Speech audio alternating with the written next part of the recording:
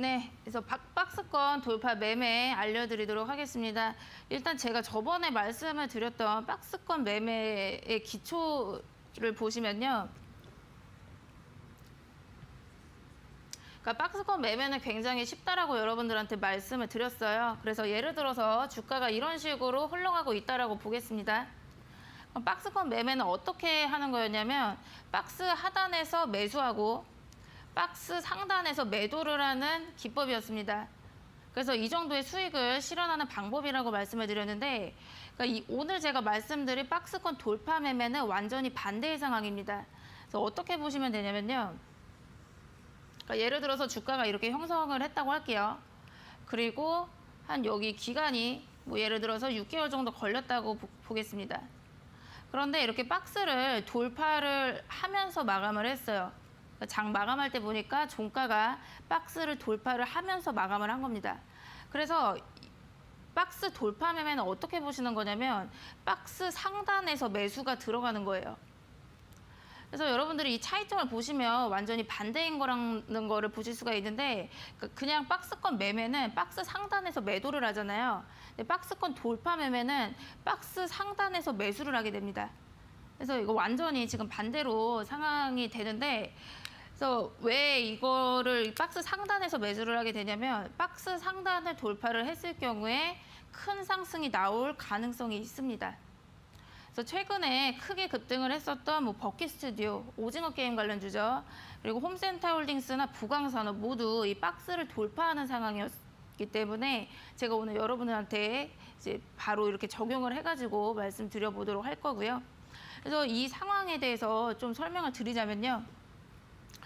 네, 여기 너무 글이 많은데 일단 예를 들어서 박스권이 유지가 된 게 한 3년 정도 있다. 그러니까 이렇게 예시를 들어보겠습니다. 그러니까 주가가 박스를 형성한 지가 3년이 됐어요.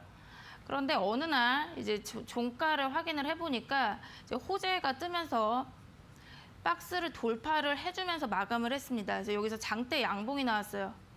호재가 뜨면서 상단을 돌파를 하면서 마감을 했어요. 그러면 제가 저번에 여러분들한테 1강에서 말씀을 드렸는데 주가가 박스권을 형성을 한 경우는 웬만하면은 이 박스를 유지를 하는 경우가 많습니다. 그런데 이렇게 박스를 돌파를 하면서 마감을 했다라는 거는 이 종목이 지금 가진 힘이 굉장히 크다라고 해석을 하시면 되는 거예요. 그래서 이 종목이 지금 뭐 예를 들어서 호재가 떠가지고 이렇게 급등을 했는데 이 재료가 너무 좋다라거나 아니면 굉장히 지금 이 종목이 가진 힘이 강하다 이렇게 보시면 되겠습니다. 네, 그래서 지금 보시면 이렇게 3년 동안 계속해서 박스권을 유지했었고 이렇게 돌파를 했던 적이 단 한 번도 없었잖아요. 그래서 만약에 박스 상단을 돌파를 해준다라면은 지금 현재 이 종목이 가진 힘이 크기 때문에 큰 상승이 나올 수도 있다 이렇게 보시면 됩니다. 네, 그러면 바로 예시로 보도록 할게요. 그러니까 버킷스튜디오 일봉을 보시면서 일봉을 보고 계신데 9월 23일자 일봉입니다. 그러니까 버킷스튜디오 너무 요새도 계속 강세가 이어지고 있기 때문에 대부분의 지금 이거 보시는 분들이 아실 것 같은데 그러니까 버킷스튜디오는 오징어 게임주 중 하나고요. 그러니까 오징어 게임 넷플릭스 드라마가 굉장히 전 세계적으로 흥행을 하면서 이슈가 굉장히 컸었던 종목이죠. 버킷스튜디오 일봉을 보시면요. 9월 23일자 일봉입니다. 그러니까 이날 보시면은 상한가에 진입을 했어요. 그래서 재료가 어떤 거였냐면 오징어 게임이 전 세계적으로 흥행을 하면서 상한가에 진입을 하면서 3,590원으로 마감을 했습니다. 그래서 52주 신고가를 경신을 했어요. 그래서 일봉상으로 봤을 때는 이게 저점 대비 굉장히 많이 올라갔잖아요. 그래서 이런 상황이었는데 저는 그때 예측을 어떻게 했냐면은 이 상태에서 20% 정도는 더 추가 상승이 있을 수가 있다라고 예상을 했습니다. 그래서 그 이유를 말씀을 드리도록 할게요. 네, 버킷스튜디오 주봉을 보고 계시고요. 그러니까 주봉 보면서 말씀드리도록 하겠습니다. 여러분들이 차트를 보실 때 그러니까 일봉만 보시기보다는 일봉, 주봉, 월봉을 다 보시는 거를 권장을 드리고요. 주봉을 보시면은 네, 일단 여기 보시면 여기 저점이 있고요. 그러니까 저점을 모두 다 체크를 해볼게요. 저점을 다 이렇게 쭉 이어보면은 어떤 선이 나옵니다. 네, 그래서 여기가 지금 2,000원 선이네요. 그리고 고점이랑 고점을 다 이어볼게요. 고점이랑 고점이 이렇게 쭉쭉 나오는데 여기를 쭉 이어볼게요. 그러니까 한 3,000원 정도네요. 그래서 보시면은 이렇게 박스권이 만들어집니다. 네, 이런 식으로 만들어지는데 이게 주봉이라서 굉장히 긴 기간을 나타내고 있거든요. 그래서 언제부터 박스였냐면은 2019년이에요. 그러면 이때 1년이고요, 2년이고 3년이니까 지금 박스를 형성한 지가 3년이 됐습니다. 그런데 오징어 게임 이슈가 뜨면서 이 박스를 돌파를 하면서 마감을 했거든요. 그러니까 이런 적이 단 한 번도 없었어요. 지금 네, 그래서 버킷 스튜디오 차트를 한번 보시면 이런 적이 없습니다. 3년 동안 이런 적이 단 한 번도 없는데 오징어 게임이랑 엮이면서 박스 상단을 돌파한 거예요. 그래서 저는 이때 제가 어떻게 예상을 했었냐면은 충분히 추가 상승이 이제 클 수가 있다라고 예상을 했습니다. 그래서 이렇게 3년 만에 박스를 돌파를 해줬고, 그리고 오징어 게임 이슈가 있었는데 그 비슷한 이슈를 말씀을 드리면은 영화 기생충이 있어요. 그러니까 여러분들 기생충 영화 다 보셨을 것 같은데, 그러니까 기생충도 전 세계적으로 흥행을 하면서 관련 종목들이 막 폭등을 했었던 이력이 있습니다. 그래서 이랑 비슷하게 오징어 게임도 충분히 오징어 게임의 흥행이 좋은 재료라고 예상을 했어요. 그래서 그 다음의 상황을 보시면요, 제가 그 9월 23일에 상한가 갔을 때 그때 말씀드렸잖아요. 그러니까 상한가를 이날 갔거든요. 아까 일봉으로 봤을 때 굉장히 저기 고점에 있는 것 같았잖아요. 근데 상한가를 간 다음에 59%나 급등을 했습니다. 네, 그래서 지금 보시면은 그러니까 이때 이렇게 잘라서 봤을 때는 저점 대비 너무 많이 올라온 모습이었는데 박스를 돌파한 이후에 거의 60% 정도가 상승을 했어요. 그래서 제가 여러분들한테 어떻게 말씀을 드리냐면은 박스를 아까 제가 박스 돌파 매매를 어떻게 말씀드렸냐면 박스 상단 여기서 이제 매수를 들어가라 이렇게 말씀을 드렸잖아요. 그러니까 박스를 돌파했을 때 이때 매수를 해도 늦지가 않다라고 말씀드리는 거예요. 예, 이해되시죠? 그래서 박스 돌파 매매는 매수하시는 시점이 박스 상단을 돌파를 했을 때입니다. 그래서 그때 매수를 하셔도 충분히 수익을 볼 수가 있다라고 말씀드리는 거고요. 네, 두 번째 예시로 홈센터 홀딩스를 보도록 할게요. 그러니까 홈센터 홀딩스는 정치 테마주로 알려져 있습니다. 그래서 정치 테마주로 알려져 있는데 홍준표 관련주로 엮여져 있고요. 그래서 9월 2일자 일봉 보고 계시고요. 그래서 9월 2일에 어떤 일이 있었냐면은 홍준표 관련주로 막 시장이 떠들썩했어요. 그래서 홍준표 관련으로 막 엮이면서 장중에 19% 정도 급등을 하면서 마감을 했습니다. 근데 이날 보시면은 여러분들이 박스를 돌파하는 상황을 보실 때 힌트가 있는데, 그러니까 종가를 좀 잘 보셔야 돼요. 그러니까 보통 이렇게 크게 급등을 하다가 오후장에서 좀 이렇게 빠지는 경우가 있거든요. 아니면은 예를 들어서 뭐 상한가에 도달을 했었는데 상한가 터치만 하고 이렇게 내려오는 경우가 있거든요.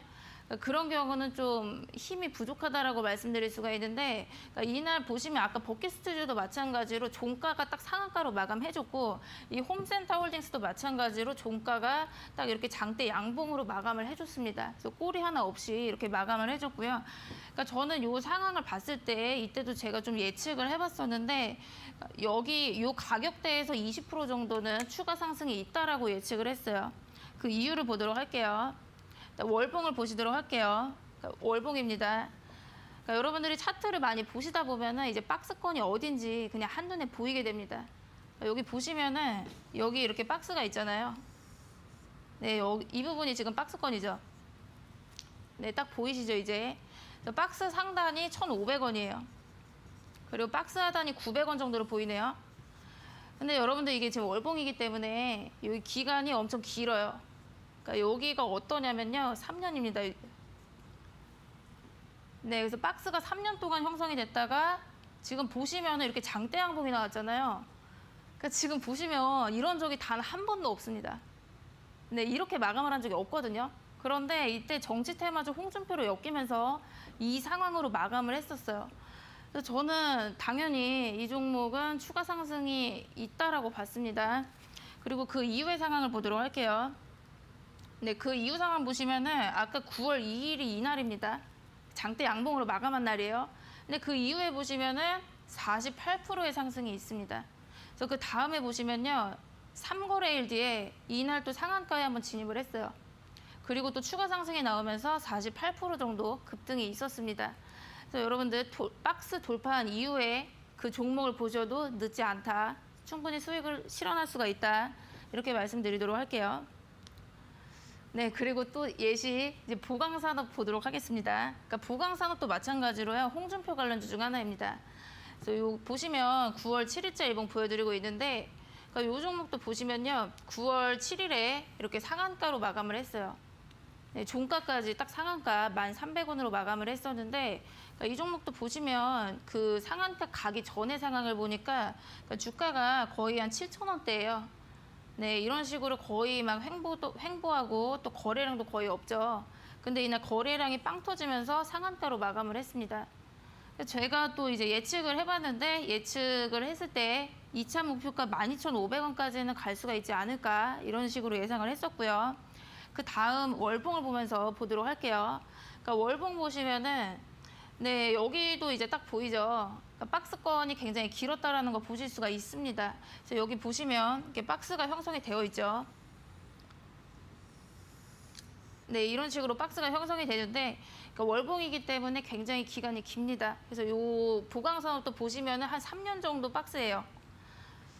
네, 그래서 지금 보시면 3년간의 박스가 끝나고 이제 돌파를 하면서 마감을 한 거죠. 네, 그런 상황이고요.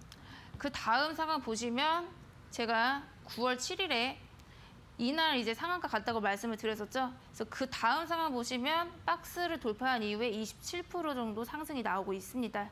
그래서 지금 최고점을 보면요, 13,150원까지 상승했기 때문에 제가 말씀드렸던 2차 목표가 12,500원에 도달을 했었어요. 그래서 네, 그래서 박스 돌파 매매는 이렇게 보시면 되고요. 네, 그리고 지금 이 상황은 반대의 상황입니다. 박스를 이탈을 하는 상황인데, 이 상황에서는 어떻게 대응을 하셔야 되는지 보도록 하겠습니다. 그러니까 제가 아까 이제 박스를 돌파를 하면은 이제 큰 상승이 있다라고 말씀드렸잖아요. 그래서 그림으로 한번 다시 그려볼게요. 그래서 박스를 돌파를 하기 시작했으면 이렇게 큰 상승이 나올 수가 있습니다. 근데 이 박스 이탈은 반대로 보시면 되거든요. 박스를 만약에 이탈하면서 장을 마감해서 여기 음봉이 나왔어요. 이렇게 되면 어떤 상황이 벌어지냐면 얘랑 반대로 보시면 됩니다. 그러니까 얘랑 반대로 여기서 급락이 나와버려요. 그렇기 때문에 여러분들이 이 박스를 이탈한다 이랬을 때는 여기에서 바로 손절을 하는 방법이 있습니다. 그러니까 왜냐면은 급락을 이렇게 순식간에 해버릴 수가 있어요. 아니면은 완전히 기간이 좀 길어질 수가 있습니다. 그러니까 박스를 이렇게 이탈했다가 다시 또 이렇게 횡보하다가 다시 박스로 돌아갈 때가 있어요. 그런데 좀 기간이 길어질 수 있다라는 거. 그래서 여러분들이 투자를 하실 때 뭐 단기로 하실지 장기로 하실지 그런 것들을 좀 살펴보면서 투자를 하실 거잖아요. 근데 박스를 이탈한 경우는 또 기간이 또 길어질 수가 있다. 네, 이 정도로 보시도록 할게요. 그래서 바로 상황에 적용해 보도록 하겠습니다. 그러니까 파워로직스 주봉 차트인데 이거는 지나간 결과를 보면서 말씀드리도록 할게요. 그러니까 여기서도 보면은 딱 박스권이 이제 보이거든요. 그러니까 많이 보면은 여러분들 보이실 겁니다. 그래서 여기 보면은 딱 보니까 여기가 박스예요. 그렇죠? 근데 여기 주봉입니다. 여기 기간이 굉장히 길어가지고 한 8개월 정도 되거든요. 네, 그렇죠. 8개월 정도 되는데 이때 이제 박스를 이탈하면서 급락이 굉장히 심한 걸 볼 수가 있어요. 그리고 지금 보시면은 여기 박스 하단부가 9,000원대이거든요. 근데 급락을 했을 때 가격대를 보니까 이게 5,000원 밑에까지 빠졌습니다. 그래서 거의 한 45% 정도 하락이 있었던 거예요. 네, 그래서 박스권 이탈하고 나서 굉장히 좀 급락 심해지는 거 볼 수가 있는데, 그러니까 왜 이런 현상이 나오냐면은, 그러니까 보통 제가 1강에서부터 말씀을 드렸지만 이 박스가 형성이 되면은요, 웬만하면은 이제 유지를 하려고 해요. 그런 예상들이 또 시장에서 나옵니다. 근데 만약에 박스를 이탈했어요. 어느 날 보니까 이제 음봉으로 마감해서 뭔가 이제 심상치가 않아요. 그런 경우에는 이 보유를 하신 분들이 다 이제 매도를 합니다. 이제 네, 진짜 그렇죠. 박스를 이제 이탈했고 지금 추세가 깨졌기 때문에 계속 이제 매물이 나와요. 실망 매물이 나오기 때문에 네, 실망 매물이 계속해서 나오기 때문에 이제 순식간에 급락을 해버리게 되는 거예요. 그래서 그 이유 상황 보니까 이렇게 다시 또 이렇게 막 횡보를 하잖아요. 그래서 결국에는 근데 이때 또 급등이 나오면서 이 이후의 차트를 보시면은 다시 또 박스 안으로 결국엔 돌아오거든요. 하지만 여기 기간이 또 굉장히 이제 길다라는 거. 그러니까 여기도 지금 다시 주가를 회복하는데 거의 9개월이 걸렸어요. 그래서 여러분들이 박스를 어떻게 대응을 해야 되냐, 이 박스 이탈을. 그래서 박스를 이탈을 한다고 한다면은 그냥 바로 손절을 하시는 것도 방법입니다. 그래서 바로 손절을 들어가시거나 아니면은 완전히 그럼 장기 투자가 돼버려요. 아예 그냥 나는 절대 못 파니까 장기로 보유해가지고 가져가겠다. 그래서 저점에서 한번 추가 매수 해가지고 좀 평단가를 낮춰보겠다. 뭐 이런 식으로도 대응을 해보실 수가 있겠네요. 네, 그 다음 에이텍 주봉 차트 보도록 할게요. 네, 에이텍 그 이재명 관련주로 좀 알려져 있는데, 그러니까 요 경우는 좀 간단히 보도록 하겠습니다. 그러니까 주봉 차트고요. 그러니까 딱 보면은 박스권에 있다는 게 바로 보이시죠? 네, 지금 보면은 여기 박스권입니다. 그래서 박스 하단이 3만 원이고 박스 상단이 4만 원이에요. 근데 이때 보면은 이제 급락이 나오면서 갑자기 순식간에 또 급락이 있었던 걸 보실 수가 있습니다. 그래서 뭐 2만 원대까지 내려왔었는데, 그래서 추가 급락이 나와서 지금 보시면 한 26% 정도 하락이 바로 있었거든요. 그래서 여러분들 제가 박스권 이탈 알려드렸죠. 박스를 이탈하게 되면은 급락이 있을 수 있는 상황이 올 수도 있다. 그러니까 이렇게 말씀을 드리도록 하겠고요. 네, 일단 이제 시장에 적용을 해보도록 할 건데요. 일단 박스권을 여러분들이 공부를 하셨더라면은 종목뿐만 아니라 좀 시장 상황에도 적용을 해보면서 이제 내일 시장이 어떨지, 뭐 내일 모레 시장이 어떨지 좀 이렇게 예측을 해보시는 것이 좋겠죠. 그래서 지금 이제 차트를 보시면요, 9월 28일자입니다. 그러니까 제가 과거의 흐름을 보여드리고 또 그 이후의 흐름을 보여드리도록 할게요. 일단 여러분들이 차트를 보실 때 이제 이게 어떻게 봐야 되나 좀 이제 잘 못하실 거예요, 처음에는. 그래서 처음에 제가 어떻게 말씀드리냐면 이제 고점부터 찾으라고 말씀을 드릴게요. 네, 그러니까 첫 번째로는 고점을 찾으세요. 그 다음에 이제 저점. 그러니까 여기를 일단 찾아내시면요, 어느 정도 눈에 보일 수가 있습니다. 이해되시죠? 그래서 일단 보실게요. 지금 이제 코스피 일봉 차트인데 고점을 한번 찾아보겠습니다. 고점이 여기 있네요. 그렇죠? 여기 고점이죠. 그리고 그 다음 고점이 여기서 한번 더 나오고요. 그리고 그 다음 고점이 여기서 한번 걸립니다. 그래서 제가 박스권 어떻게 하라 그랬어요? 고점과 고점을 다 이제 이어보라 그랬잖아요. 그래서 고점이랑 고점을 다 이어볼게요. 그러니까 여기가 이제 3,300포인트예요. 네, 보이시죠? 그 다음에 저점을 찾아볼게요. 저점 여기 있네요. 그 저점이 또 여기서 나오죠. 저점이 여기서도 나오고 또 여기서도 나옵니다. 이해되시죠? 그래서 저점을 다 연결을 해볼게요. 그러니까 이런 식으로 지금 선이 나와요. 그러면은 이거 저점이랑 고점을 다 연결을 해보니까 코스피가 박스권에 있다라는 거를 알 수가 있습니다. 그렇죠? 그래서 지금 보시면은 이 지수가 여기 지금 이제 저점이랑 저점을 연결한 선이 3,100선이거든요. 그러면은 지금 지수가 3,100선에서 3,300선에서만 왔다 갔다 하는 거예요. 근데 이 기간이 어떻게 되냐면요, 2021년 4월부터입니다. 4월부터 9월 말까지이기 때문에 굉장히 오랜 기간이거든요.